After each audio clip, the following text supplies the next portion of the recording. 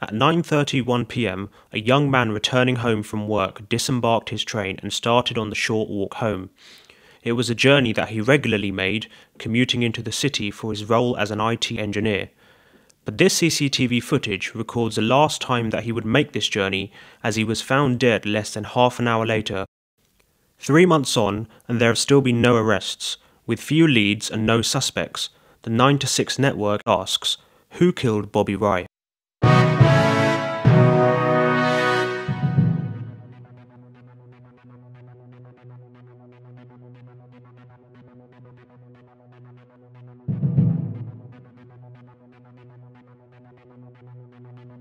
Bobby Rai lived his whole life in Hertfordshire. He was a practicing Sikh and the only son of 2 Punjabi immigrants who arrived in Britain looking for a better life in the early 1980s. He said, it's my turn now when he finishes uni. And that's what he said. It's my turn now. I look up to you.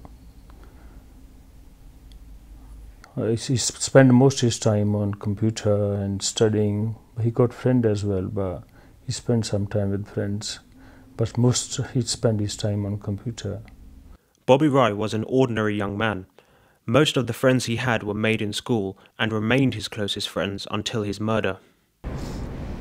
We went to the same schools together when we were kids, but we only really became friends in secondary school. He was a good guy. Quite shy really, but always there when you needed someone to talk to. He could be quite a funny guy at times too. If you could get him out to parties, that was. He didn't drink, so he only liked to go every now and again. But when we all started university, you do start to think you'll fall out of touch, but Bobby was really good like that. He came up and see me at my halls every few weeks, and he always made time to catch up in holidays. Yeah. He liked to hang out a lot more at university. I think it just became easier for him to go out and just relax and without worrying about studying. Bobby Rai graduated with a first-class degree in electronic engineering and took up a position with a leading agency that contracts IT professionals to financial institutions. When you worked with him, it was really a case of learning something new every day. And that's definitely what I found anyway. And it was a case of getting things done efficiently. It's not going to be the same working without having him to call on. When Bobby Rai left the train that night and walked out of the station, he can't possibly have imagined that it would be for the last time. The CCTV footage shows nothing unusual, and there is nobody following him out of the station. No one of lie yet. I saw him that night at the station coming out. I see him all the time, bearded guy, turban. But like I told the police, yeah, nothing funny happened. And if something funny did happen, I would have seen him. There was only like a few people on the train. There was no dodgy characters. I mean, no more than the room. So, yeah, what can I say? Like, it was a normal night. There is no further CCTV footage of Bobby Rai walking home that night. The house he shared with his parents is a brisk 10-minute walk from the station, and it is assumed that he took his daily route as normal. Police were called to a spot just a few minutes from Bobby's home, approximately 45 minutes later, where a member of the public had come across the scene. Family friend Rick has spent considerable time looking into the case and said it is easy to rule out a number of avenues that were followed up by the police investigation initially. There were people saying that it could have been racially motivated, or that he was caught in the middle of a fight between other people, but it's just not true. This town doesn't have those kind of problems. In fact, it almost never has. You get all sorts of people here, like anywhere else, but I can't remember any gun crime. And racist attacks or gang fights, not like this. This is not an ordinary murder investigation, or at least it shouldn't be. Guys like Bobby don't get clobbered and shot in the neck on their way home at random. As we came along the road, we could see that the member of public who had called us looked horrified. Even his dog was pulling away at the leash wildly. The closer we got to the victim, the more we could see that he was absolutely motionless. He was completely still. Bobby Rai had been shot 3 times in the left side of his neck at close range. There were no signs that the murderer had grappled with the victim, as his body was otherwise free of bruises and wounds, except for a head injury which was identified in the post-mortem. The official report into his death recorded that Bobby Rai had been rendered unconscious by a sharp blow to the head which knocked him clean to the ground. We officially recorded that the victim was dead, and then looked to the member of public to ensure that he was not suffering from shock or in any other way. Whoever killed Bobby had knocked him out by striking him on the back of the head. Now, common sense says that means he didn't even see his attacker coming. Well, that must have been some force of a strike, because what we're told is that the way he was found was like a snapshot of how he hit the ground.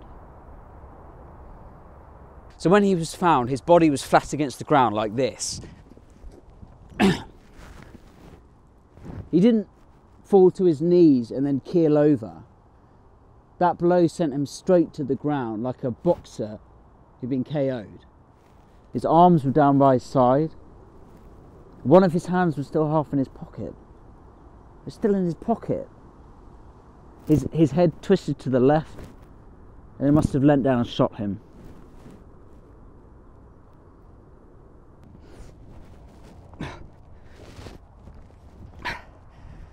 What I can't understand is how a guy with a pug could get hit so hard and in just the right place to go down like that. How does that happen? There are many people who are starting to believe that there are questions the police know answers to but haven't made public.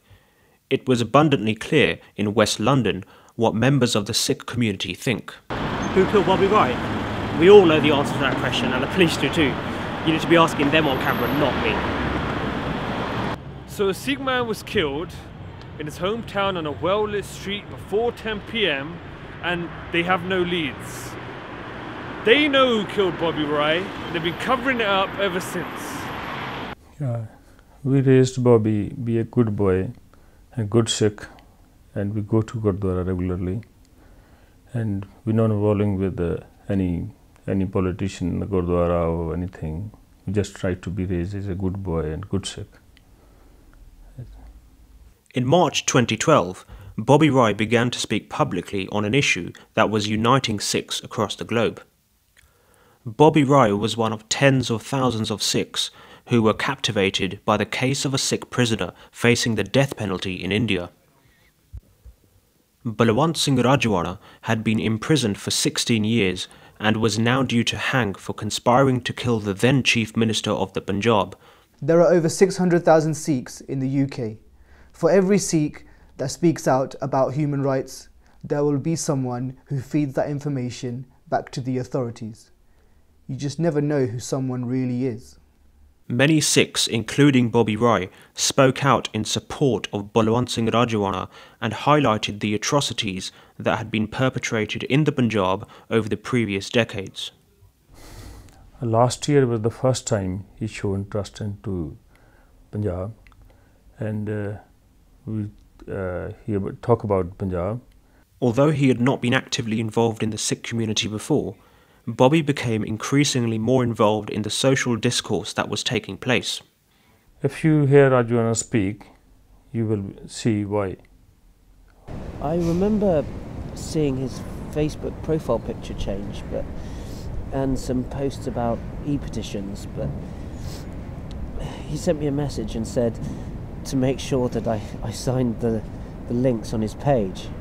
I mean, I did it because he asked me to, and it was against the death penalty, so I thought, well, why not? But at the time, I mean, I didn't think anything of it. Well, Bobby didn't talk a lot about being a Sikh. No. Or where his parents came from. He'd always say he was from Hertfordshire if anybody asked. Mm. It did cross my mind that I'd never seen him talk about his community before, but I also know he'd had trouble meeting girls and his parents wanted him to get married. So I guess it was just him getting more in touch with his roots. Mm. Seeing that YouTube video was a shock. I didn't know he knew about those issues at all. I mean, let alone speaking in front of Parliament and hundreds of people like that.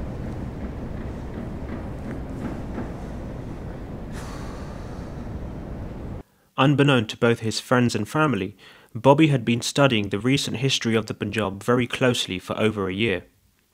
The Rajwana campaign proved to be the moment when he could contain his ideas no more, and at a candle vigil outside the Houses of Parliament in support of Rajwana, he delivered a speech that many Sikhs now believe identified him as a target. I started working with Bobby about a couple of years ago, but not once did we have lunch together. If I went out of the building, I'd often see him, perched on a wall or on a bench or something, but his head was always in a book. I asked him about it the first time because I thought he was studying for a networking exam, but he told me no, he was actually reading about Punjab. I never saw any of his books, but his backpack always had a book in it. He said he never really cared if the train was going to be late because he always had a book to read. Bobby had become a member of the library here after he came with his parents to sign up for the marriage bureau that arranges introductions for Sikh boys and girls. They do it on Sundays after the programmes. You pay a fee and then people can choose to meet each other or not, depending on what they're looking for. They can't tell us what books Bobby used to take out from here, but they're all normal, approved books about Punjab and Sikhi. He must have looked the register for a few minutes because he bought some telephone numbers for the girls, and he didn't talk much about Rajwana, what's happening in India. But after learning all these books, reading all these books, then we realized that he knows better than us what he learned from the books, and he's telling us what to do and who's right and who's wrong. And I didn't think they will get in trouble. The video showing Bobby Rai delivering a speech in Westminster has been taken down from the internet. Just fleeting clips remain of what he said that day.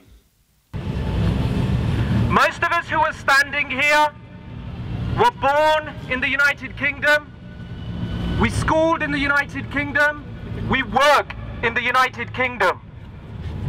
This country welcomed our parents, our grandparents, perhaps even our great-grandparents into the nation state. This country recognized our unique identity and distinct form. This country respects our freedom of speech and belief. This country encourages us to contribute towards society. But these institutions that you see, the Palace of Westminster behind you, did not emerge overnight. These institutions came about through struggle and stability. Our beloved Punjab, for all too long, has only seen struggle. But those lines that I began with, from the darkness in Punjab 500 years ago was born Guru Nanak. In just 500 years, Guru Nanak's ideology gave the Punjab and the people of the Punjab something they had never had before: power and control over their own destiny. Bobby Rai had emailed us a few days before the event and asked if he could speak to the crowd. We already had a pretty full roster, but a gap had opened up in the lineup. His email was very well written, so we thought he could do it, and it was less of a headache than trying to find a new speaker. But for the people that were there, it would have been a real eye-opener. Public speaking was not the only activity he had engaged in. Although it can't be proven, Bobby Rai had begun to write articles using a pseudonym on a website. Those are good articles, but there were a lot of good articles at that time. I don't know who Bobby Rai was, but I reckon he would have written something like that. I know he wrote those articles. My cousin knows the guy who runs the website, and he said that Bobby Rai wrote them, so it's true. We're not saying we know who it is. What we're saying is that it must be related. Look at the way he's been killed, and how the police have no answers to give us. It's all very convenient. That boy said some things that made some people feel very uncomfortable. And others started to ask the same questions that he was asking too. If you're one of the uncomfortable people, you can see why they might want him just to go away. He wasn't the only one speaking out, but he was one of the only ones who spoke out calmly and in an orderly way. His whole life he'd studied processes and order, and this new studying fitted into that. And I think that scared someone who didn't think we could speak like that. Bobby was a good friend and we haven't been able to let go of him properly. Not yet, anyway. We can't, and we won't. Not until we know exactly what happened and why.